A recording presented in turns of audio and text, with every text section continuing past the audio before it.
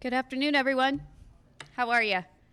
My name is Jamie Neal, president of the Knox County Chamber of Commerce, and I want to thank all of you guys for coming this afternoon. I appreciate you taking time out of your day to join us.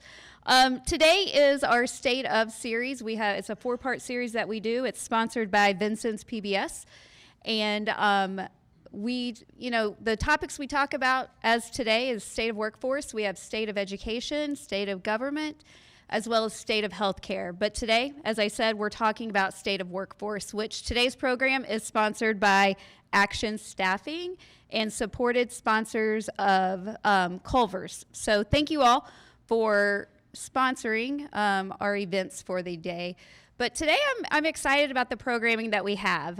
We're talking about benefits and opportunities that are available to you as employers, as well as helping our youth in our communities. So we're going to kick off today's presentation with Chaz Patrick. He is the Veterans Engagement Manager with InVets. So if you haven't had a chance to speak with Chaz, definitely hang around after. He'll be able to answer any questions. But let's welcome Chaz up to the stage.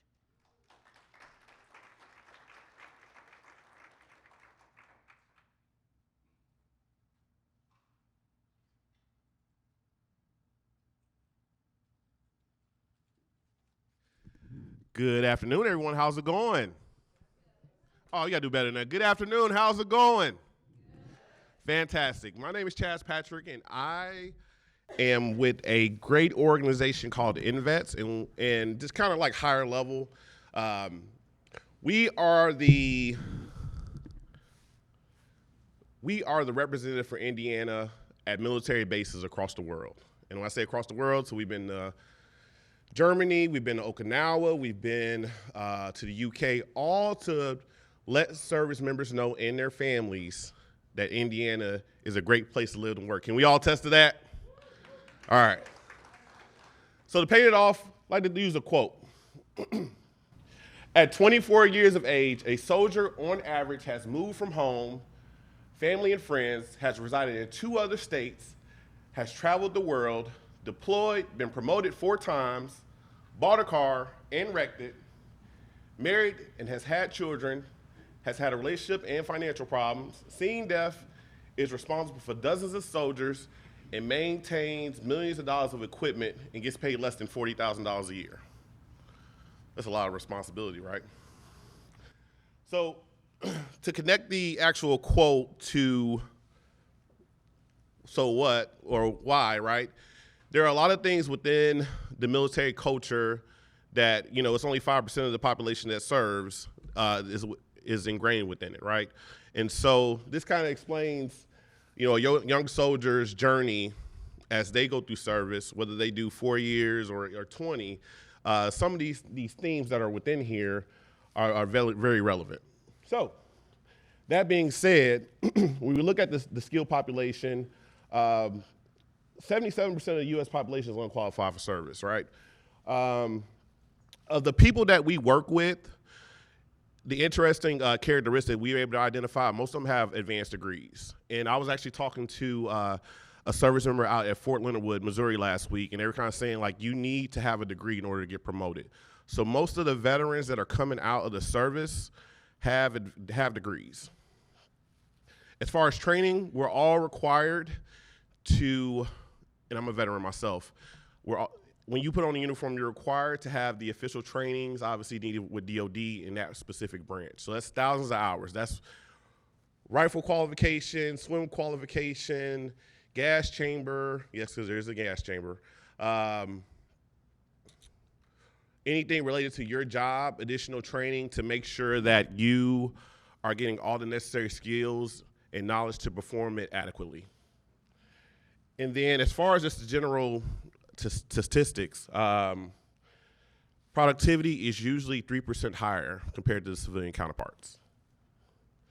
So year round, there are over 200,000 service members that get out of the military each year across the world. And so most of them, or 49% of them are up for grabs. They're not going to stay in the community where they retire out of.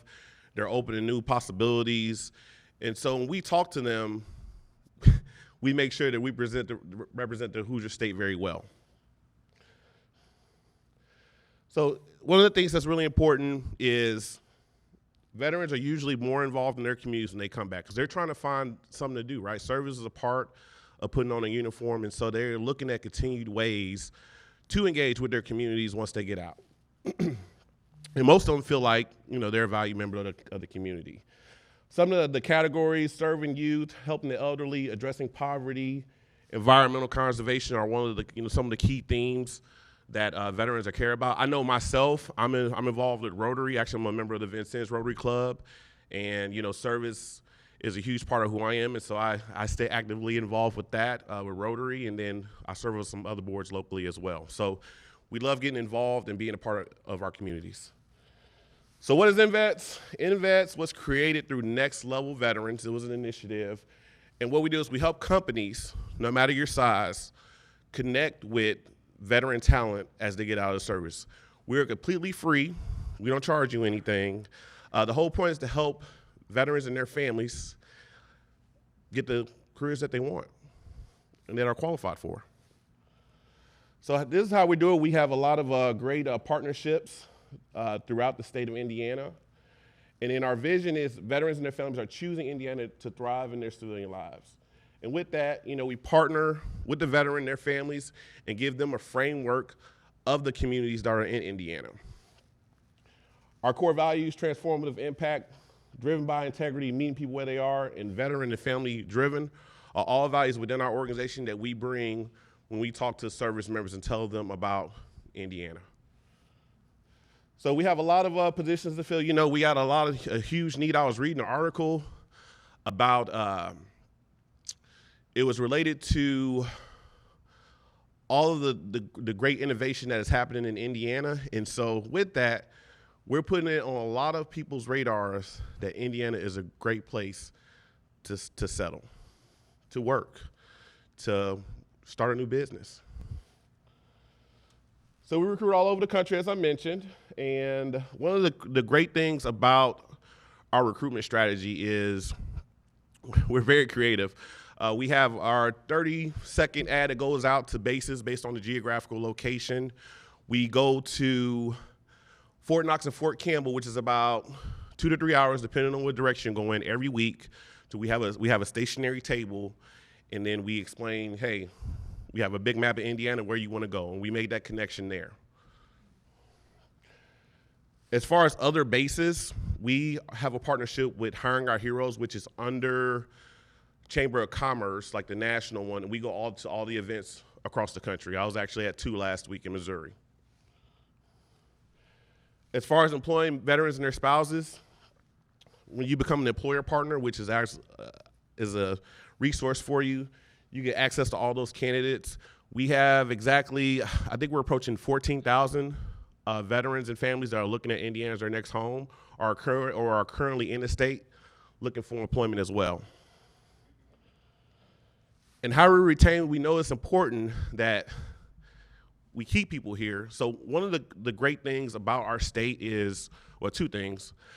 From the military community, we don't tax military retirement, which seems to be a big draw. And then the second thing is, let's say a service member does 4 active duty years and then they want to go reserves or National Guard. We don't tax them as a state on that either. So it provides a huge incentive for people to come and live here. So with that, we are a partner with over 600 employers with over many locations in Indiana, and we have more people sign up each week. Last year, we had 500 veterans and residents come to the state of Indiana. So economic impact, we were looking, the state invested 2 and got back 9 as far as that return on investment to the communities. And that's all throughout the state. So we're projected to boost that up. I think we're looking at 525 this year, and it just keeps growing. And the funny thing is, people are like finding out about us and just reaching out to all of us through different channels, phone calls, LinkedIn messages, emails. So we're definitely getting on the radar as far as the great state of Indiana. So So are you ready? If you're interested in being an employer partner, like I mentioned, it's free to you. You can connect with me. And that is it. And thank you for your time.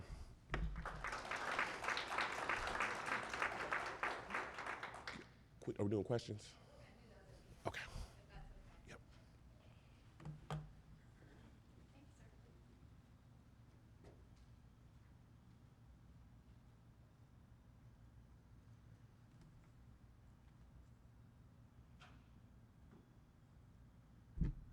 All right. Thank you, Chaz.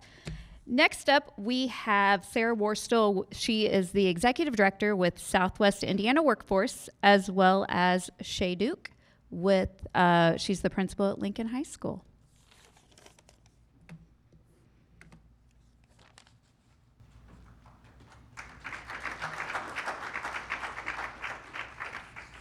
Good afternoon. As Jamie mentioned, my name is Sarah Worstel, Executive Director of Southwest Indiana Workforce Board. I'm just a little bit behind our agency. Many people are familiar with Work One, especially the one here in town. So just the Southwest Indiana Workforce Board is the administrative agency behind the brand of Work One. So we are the nonprofit organization that administers services. I wanted to talk a little bit about some of the barriers that we see individuals face within the area. Not uncommon to any other county that we serve in our 9-county footprint. Transportation tends to be one of the highest barriers. Many areas have invested, just as the Knox County has, into transportation. But a lot of times what we see is some mismatch on route times or hours and shift times. So those are some of the things that we talk with individuals that come into the office that are looking for work and what they need based on what their barriers are. Some of the other barriers that we've seen of late are non-English speaking individuals. Very unique. We've seen an influx in all of our counties of Haitian Creole individuals. And so we struggle to find translators.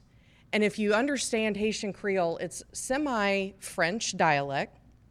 But what's even more interesting that we're learning is that individuals who can speak Haitian Creole can read and write Spanish. Yeah. It's a little bit of a surprise. So as we talk with employers, we're encouraging document translation so that individuals that may not speak the English language can at least read and write Spanish. So that broadens the net of recruitment for those companies. The other big one is probably no surprise to any company that's here this afternoon is childcare. Childcare is not only accessibility, but also affordability. Communities like Knox that are being proactive, investing in childcare, hands down probably some of the premier activities that you can do. If an individual comes into Work One ready to work and they're ready to apply at your door that day and they have a child care issue or have a child care need, 9 times out of 10 they can't fulfill that need because most facilities have waiting lists. And it's not just a week or two. We're talking months. So that is one thing that I think applaud for Knox County being so proactive in investing in childcare. Some other challenges that we help individuals overcome are some of the realistic expectations of work. During the pandemic, remote work was prevalent. So as some companies have brought people back into the office, there's a big expectation that every job can be remote, or some aspect of a job can be remote. So through career exploration activities, we help individuals understand what the reality of work is, and especially for different occupations, and what their wage expectations are. A lot of particular youth that we work with who may have very scattered work history or no work history believe that $30 an hour is typically an entry wage. So we bring to the table a lot of career exploration activities for those youth. Just like in real estate, it's always location, location, location. For workforce, it's retention, retention, retention. We cannot stress with companies enough, retain the individuals that you have. We've seen a lot of conversations happening with current employees. Survey, what kinds of needs do they have as they come to work? Whether that is that they have a child care need. We don't advocate that companies have to solve that, but at least provide resources. Have an understanding of what's available within your community. Implement the small stuff. You've surveyed your employees and they want a mentoring system, or they would like buddies at work to really foster that engagement and that connection. We see that through school systems, there's a big shift now, and Dr. Dukes may be able to talk about this, connecting with the students. So as that emerging workforce comes to your door, it's so important that they feel connected at work. I think we all want that. Help to, as you're eliminating some of those barriers for even your current employees, help to reduce that turnover and, like I said, be that resource for those employees. We've seen some navigator positions open within companies, which is really unique. We have neighborhood navigators throughout our region for our Work One services.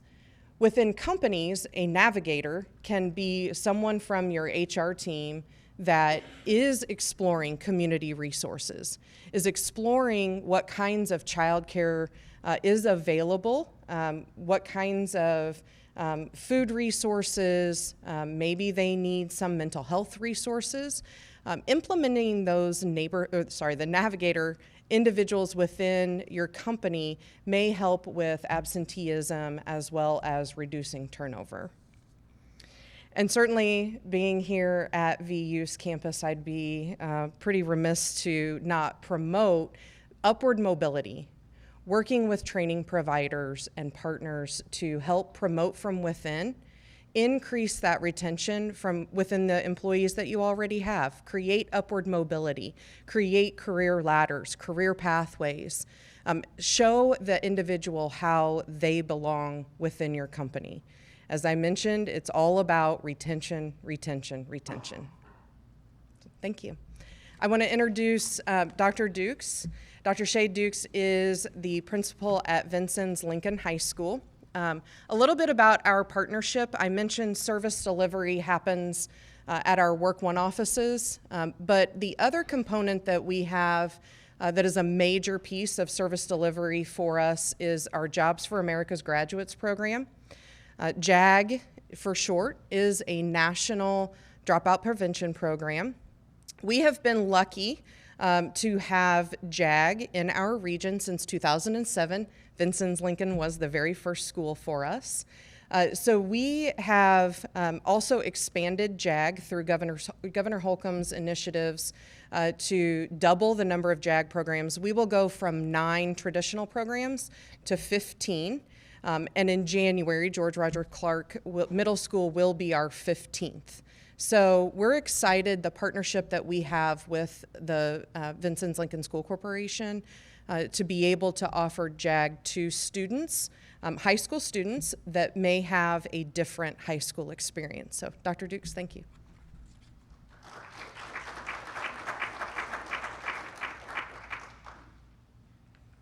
Hi, I'm Shay Duke, and I've been principal at Lincoln for a couple years now. And we are extremely lucky to have JAG as yet another program at Lincoln that can help our students. We are really proud of our JAG program. Like she said, it's been at Vincennes Lincoln since 2007, so about 17 years now. So it's a strong program. We have this year 51 students enrolled in our JAG program. Last year we had over 50 students enrolled. The year before that we had, I think, roughly 45 enrolled. But this is a program that it has an impact on a large number of our students every year. Some of the benefits of JAG are they have 37 competencies that Kyla Jones works on with our students throughout the course of the year. And some of those competencies include things like career development. And so she will help students with career assessments and help them find a career pathway that may fit their interests or their talents in life. They're young, and so they're still figuring things out, as you guys know. I mean, I see a lot of parents out here. You know, high school students a lot of times have no idea what they want to do. And I don't know if any of you know Kyla Jones, but she is phenomenal at helping our students kind of try and figure that out and work through those pathways. And sometimes what they tried doesn't work, but that's where they have Kyla every day pushing them and saying, okay, this didn't work, you didn't like this, let's try this. And she's really been successful in helping a lot of our students in that regard.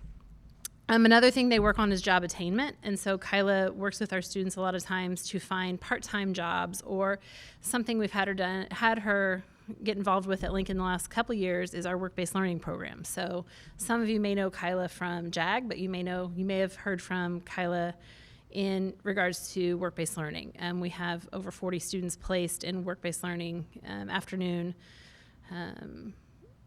spots throughout the community, so we're really thankful for that as well. She helps students with job survival, so the human relations portion of working.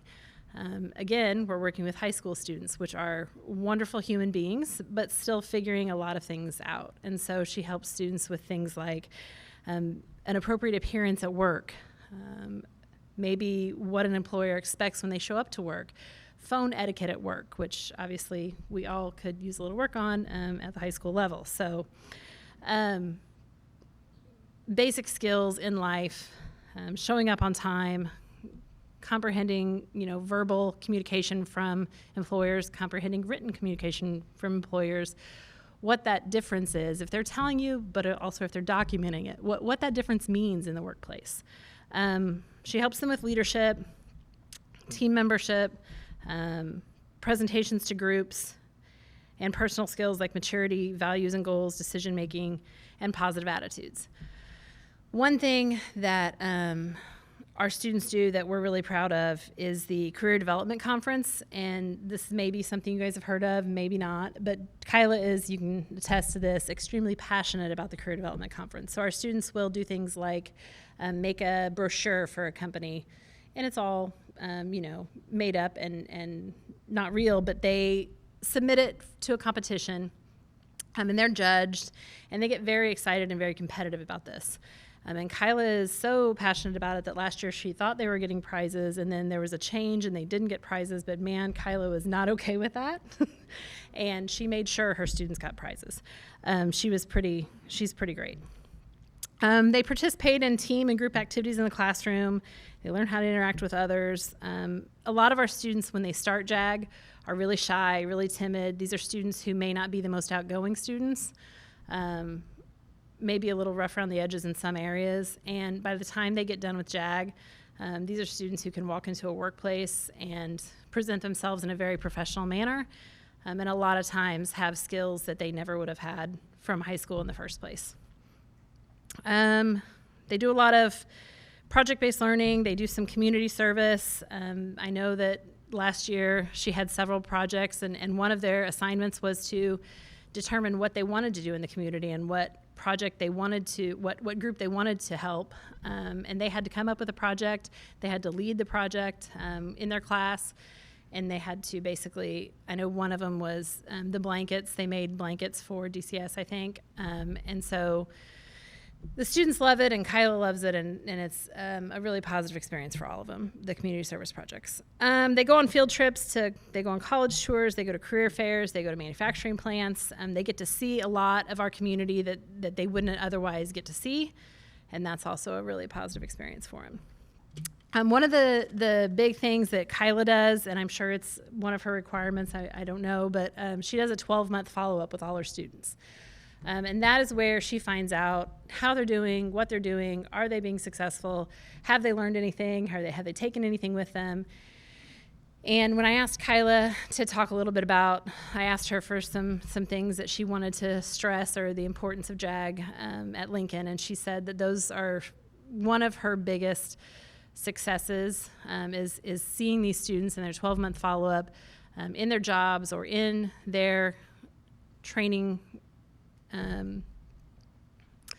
centers or wherever they are at the time. She gets really excited to see when they're successful. But she also has students who she's called one. She told me about a student who she called, and he said, "Oh, I'm not really doing anything." And she was infuriated. She said, "We've gone through all this. We've done all these things. Why are you not doing anything at all?" And so she worked with him to find a job. It was at Wabash Food Services. She, work one, paid for the vehicle in the family to be fixed so that he could get to work every day. She took him herself to the license branch, helped him get his license so that he could drive himself to work every day. He was employed at Wabash Food Services for several years. This was 8 or 9 years ago that she was talking about this particular student graduated. And now that student works at Toyota.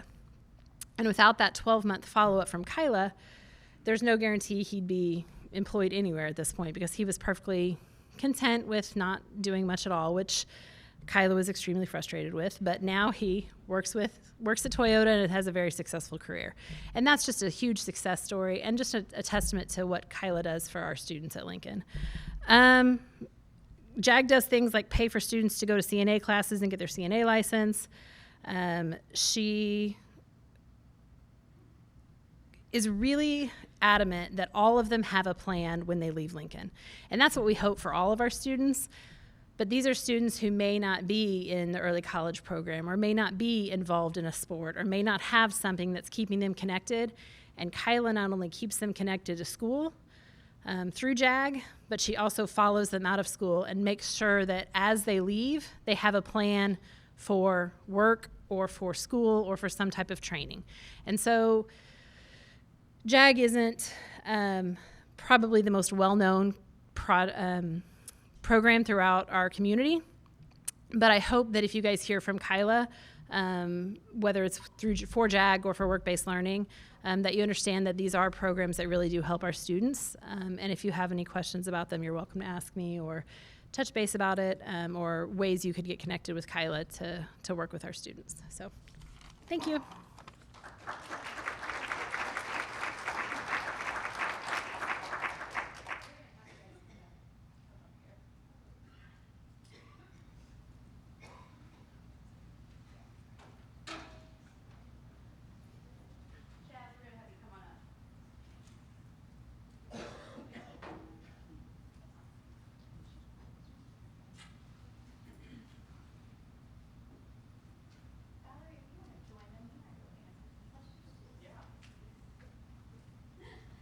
Nothing like putting you on the spot.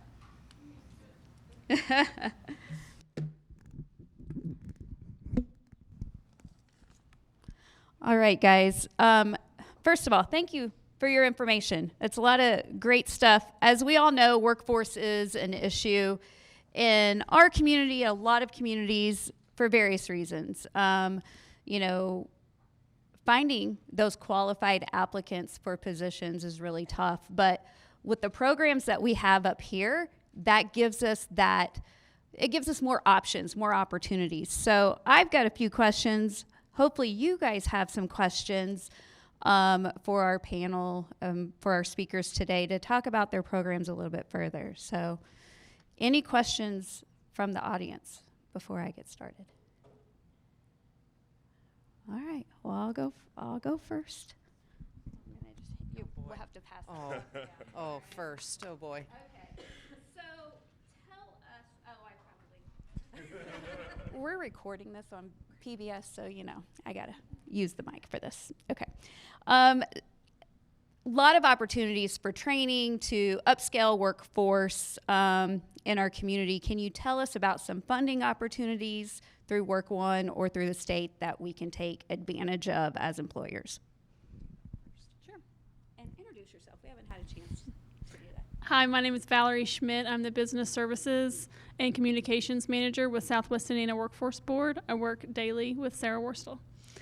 So as far as training programs go, there is a lovely Next Level Jobs program. It's the Next Level Jobs Employer Training Grant, and that allows employers to take advantage of up to $50,000 to simply train their workforce. $5,000 per individuals for a industry recognized certification, or $3,000 a employee for occupational skills training. There is a 6-month retention period there, but I'm happy to go in more depth than that if any employer wants to. We also have our on-the-job learning or on-the-job training program, which it provides additional time for employers to train an individual. So if an individual is coming from, let's say, retail, and they have a goal to work at Toyota or work in manufacturing, then we can incentivize that employer for up to $4,500 to help with the downtime of some of the training that comes along with hiring individuals that lack skills. Anything else that I'm missing? So Valerie mentioned the Next Level Jobs Employer Training Grant for the individuals is Next Level Jobs Workforce Ready Grant. And that is a program that an individual can go online, sign up. There are some eligibility criteria. I believe they have to have a high school diploma or equivalency and possess less than an associate's degree. So this will provide for tuition assistance at approved post-secondary providers for an individual to gain a short-term credential. So that could include CNA, CDL. There are other workforce-related credentials. So I think welding, there's some manufacturing certifications on there as well. But that is one way that the individual can go through. There's also some funding available through Work One that an individual may be able to earn a post-secondary credential, and that leads to employment. Most importantly, as Dr. Duke mentioned, JAG has the 12-month follow-up. So does Work One. So if an individual goes through training, gets employed, we then follow them for 12 months also. So we're really focused on employment retention. So there are some training dollars available for individuals in that situation as well.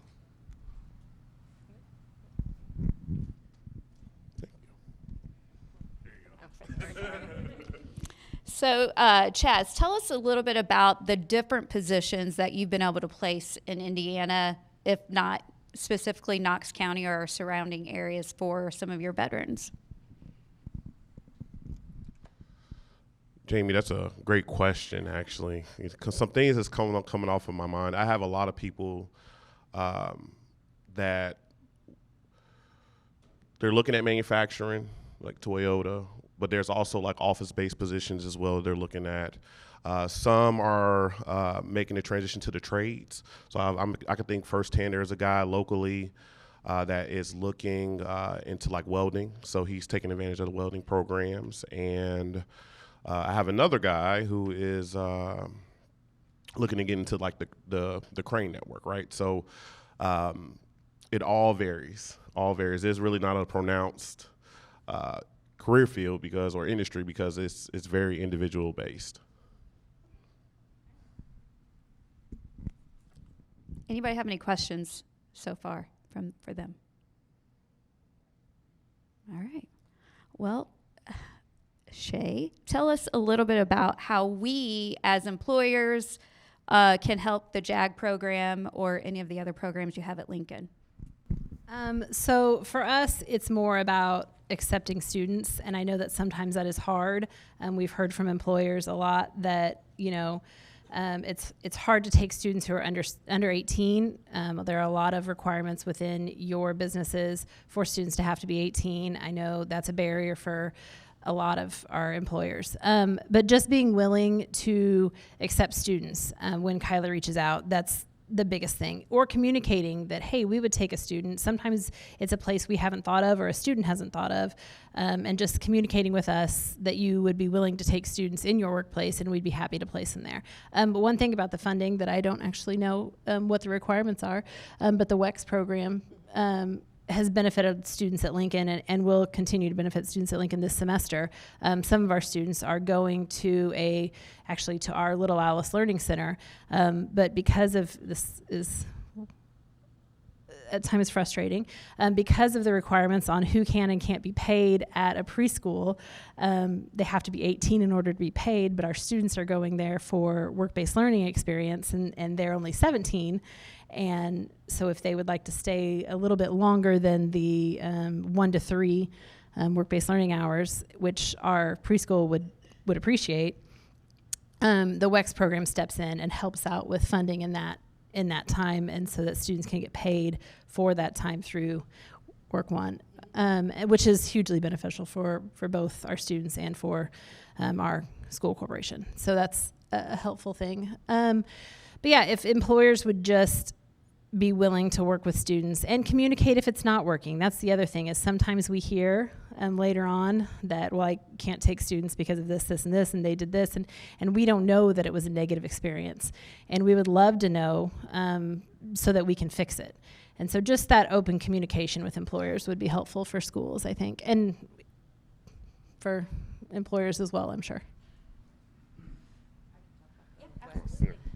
Thanks. Yeah, the WEX program is work experience. We love acronyms, so we try and find a way to make an acronym out of anything. But work experience is eligible for our JAG students as well as any of the out-of-school youth that we serve through our Work One offices. Work experience, really through Valerie's connections within the employer community, we pair a student or a youth with an organization or an employer that really provides that mentoringship. It is about learning how to work. It is more so learning how to work and having a mentoring experience than being assigned tasks and didn't complete, pass, fail. This is really about developing the skills within that young person so that they can succeed in whatever field that they move into. The nice thing is that Work One pays the wage. We pay up to 160 hours. So depending on the student's availability or the youth's availability, it could be full-time, it could be part-time. So those are the key components for the work experience, but it is one that Work One pays the wage and takes on the workers' comp and liability. Anybody have any questions? Okay, one last thing, and I know this is a hot topic for a lot of things, and I think we've spoken about this offline. Immigrants coming into the communities, and how can we as a community support them, maybe through your office or through other offices? You know, we talk about how they're here, and we have a lot of migrant workers, but these are immigrants that are being placed in communities. So how can we as a community support them, maybe through your office?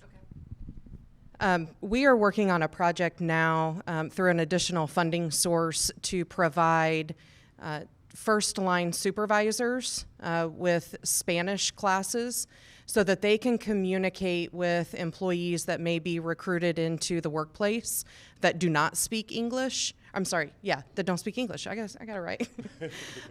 But we're also working with individuals who don't speak English to learn, that's right. I'll get this right, that don't speak English to learn some workplace English basics. And along with that, as we've had job fairs throughout our region, there have been some areas that have surprised us with the turnout of individuals that don't speak English. So we scramble even to do phone translation in the moment to be able to communicate with the individuals to sign in. Sometimes they'll bring a translator, but as we have seen that turnout, we knew that we've got to do something about bridging that language gap and bridging that barrier. So We are looking at the different classes for first-line supervisors, even HR individuals, so that they can go to job fairs, speak some workplace basic Spanish. As I had mentioned earlier, that was the real unique piece that we learned. Even if an individual can speak Haitian Creole, they can read and write Spanish. So being able to speak some Spanish, conversational Spanish in the workplace, I think is important. But the other piece of that project is document translation. So having the application translated into Spanish, having some of the work instructions translated, and then some workplace policies. So as we navigate those waters and hopefully gain some additional funding, we can bring that out to some more of our region. I'd also like to add, as I go into businesses, I'm really emphasizing to employers, please meet that immigrant where they are. They have just traveled a very long way. They want to work. They typically have legal documents. So if you refer them to a QR code to apply for a job application and it's all in English, first off, what if they are very limited in reading English? And what if they do not have a smartphone? So one thing that we have found at our job fairs is that if employers bring paper application and they have them translated in Spanish and Haitian Creole, their applicant pool increases tremendously. And that immigrant worker is... They have built that connection because they know that that employer wants them. And typically, whenever one immigrant gets hired, they have other family members and friends. Hey, this is a wonderful place to work. They are providing these classes. They are helping me communicate with my other workers. So building that connection and meeting that individual where they are really makes a huge difference. Good information. Any other questions? All right. Well, thank you all for coming. Hopefully we learned a little bit today. And such a great opportunity that, the Southwest Work One office offers to us as employers and what InVets is providing. And we continue to hear great things coming out of Lincoln with all of their programming. So thank you for that. Thank you to everyone for joining us. And thank you to our sponsors, Vincennes PBS, our program sponsor today, Action Staffing, and our supporting sponsor, Culver's of Vincennes. Yes, absolutely. On the table, I have put 2 business services flyer or trifolds on there. That I do have more of those. In there is brief descriptions of our services and programs that we provide. And then there's also another little handout that is, it has side information on both sides. Definitely feel free to reach out to us. I promise you won't be disappointed in our business services team. A lot of you may already know Angie Shepard. She's out here beating on the doors. But just wanted to let you all know that information is there. And if you need more, I have more. Yes, everyone up here is very accessible. So they are our kind of our tools in our toolbox for us to help grow our business community here in Knox County and the surrounding area. So anybody has questions, definitely reach out to these individuals. But again, thank you to our sponsors, and thank you to everyone that joined us this afternoon. Have a good day.